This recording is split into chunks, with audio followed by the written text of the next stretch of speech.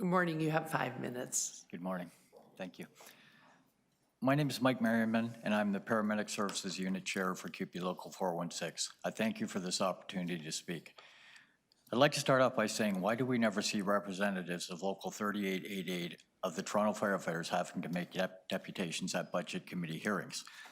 We only need to look to Chief Pegg's deputation of this past Friday for the answer, whereby Chief Pegg stated that in a collaborative partnership with Local 3888 and through an actuarial analysis, budget proposals were prepared.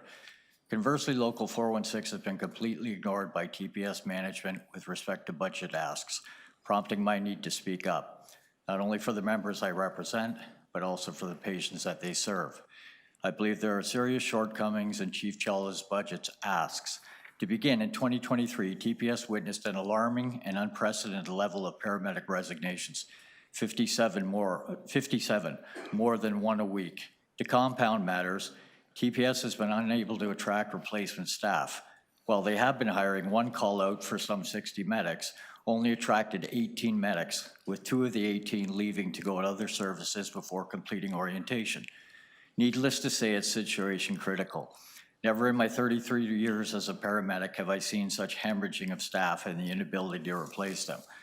My members are completely demoralized and feel that they are speaking, and we have on the no Titanic audio. as they watch TPS management rearrange the deck chairs and in fact increase the ranks of management.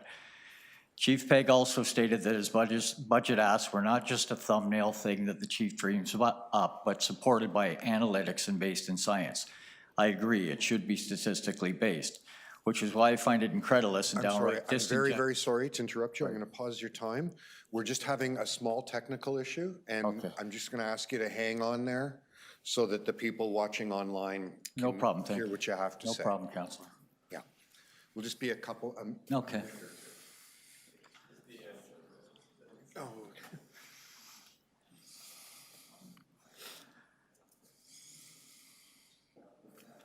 we good now?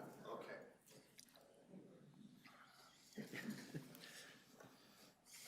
Thank you. You can continue.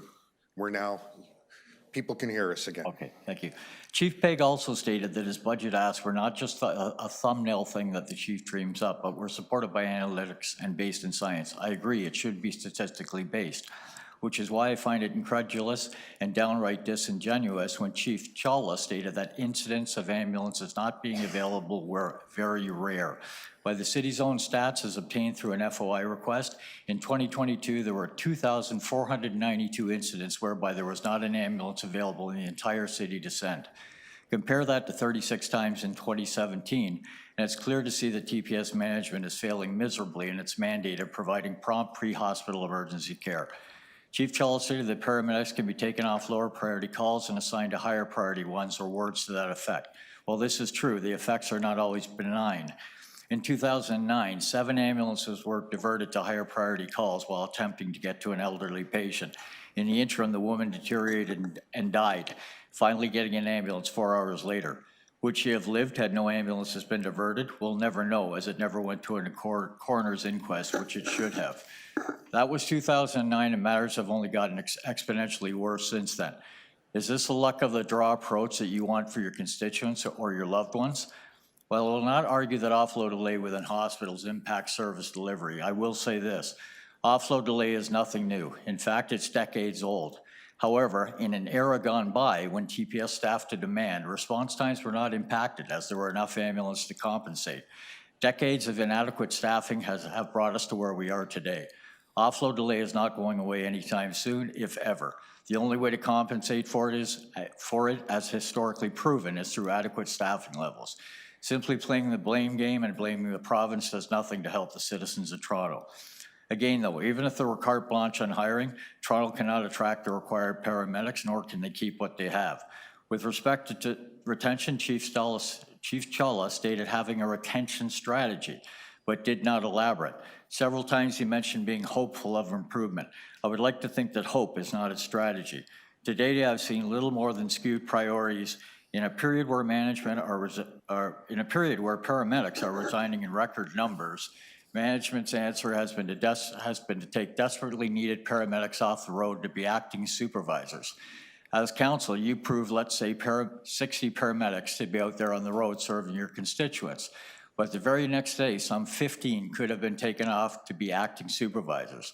The numbers that they have pilfered from the paramedic ranks are well over and above replacing full retired supervisors. It's a shell game that council needs to address if any semblance of faith is to be restored within the rank and file. Lastly, first and foremost, the bleeding must stop. A world-class city needs to pay world-class wages. With surrounding services wages being comparable to Toronto, in fact, Durham region paying more, coupled with Toronto's high cost of living, if something doesn't give, I fear the bleeding will only continue. In order to keep and attract mechanics, pre-contract, the city gave them a substantial hourly increase. This needs to be looked at for paramedics. Local 416 surveyed a sampling of your constituents, and they considered ambulance response times a top priority. I hope you feel the same, and I thank you all for your time. Okay, hang on, gentlemen. Questions of the deputants? I have Councillor, did you have any, I have Councillor Perks and then Councillor Moyes. Hi, I'm hearing different stories, and I just want to get your information. So what we're being told is that last year we increased the complement in paramedics by about 70, and that this year we're increasing it by 63. Are those the numbers that you have as well? They sound fairly accurate, Councillor Perks, but the problem is we have attrition last year. I believe that was only in the first quarter. We had the attrition is through the roof.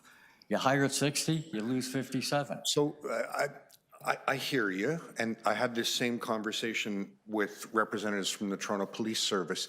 We approved a net increase.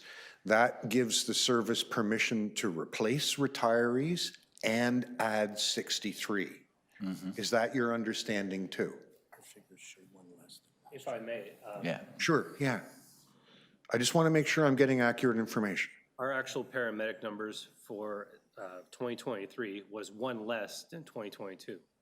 So we actually have less paramedics in 2023 than we do. So the on the road servicing calls. So we actually have less paramedics. I want to dig into this some more with staff, and I'll do that. I will tell you that the City of Toronto is giving the paramedic service money to hire net new. And if that's not happening, I want to understand why. Fair enough? The reason why is essentially the province of Ontario, this 2024, will be short around 250 paramedics graduating from colleges for the whole province. We're not attracting any of them. In fact, our call out for over 200 paramedics this year was short roughly 100 that we weren't able to attract here. Okay, this is different information than what I'm getting. That's very helpful. Thank you. Councillor Moyes. Yeah, thank you, and thank you for your presentation. And I agree with Councillor Perks, actually, in his questionings. I do have one question, though. Isn't your contract up for negotiations this year? Yes, it is, Councillor. Yeah, and hopefully some of the things that you brought forth here today, will be part of the conversations you have during negotiations. Because again, as you've mentioned, living in Toronto is very expensive, yes. Housing and transportation and everything else is expensive here, and I do understand that we're competing for all the municipalities outside of the city who, yeah. So anyways, but I do hope though when you do have your contract negotiations, those are the things that you talk about and address. Our concern right now is that we can no longer wait, that those contract negotiations, because paramedics don't have the right to strike, there's a secondary round of negotiations that directly relate to paramedics. It could be 18 months before we have those solved. This problem is not going anywhere. We've had over 2,000 incidents of no ambulances available in the last year. We see no reason that won't increase, and we need to do something. We feel we need to, and our members are asking that we do something now. Yes. On the way here this morning, I heard your commercial on the radio, so I know you're. To elaborate on that, Councillor, I just feel like bargaining isn't going to start tomorrow. It's a good at least year away. There probably won't be resolved, as Peter said, for close to maybe 18 months. And I really don't know if we can wait that long. Again, the chief spoke to a retention strategy, but didn't elaborate. And I think he needs to be asked what exactly that is, because we are just hemorrhaging bodies like crazy, and something has to stop. It's not acceptable. Thanks, Councillor Moyes. And those are the questions. Thank you for that information. And thank you very much, Madam Chair, and to all the councillors. Thank you for your time. Okay.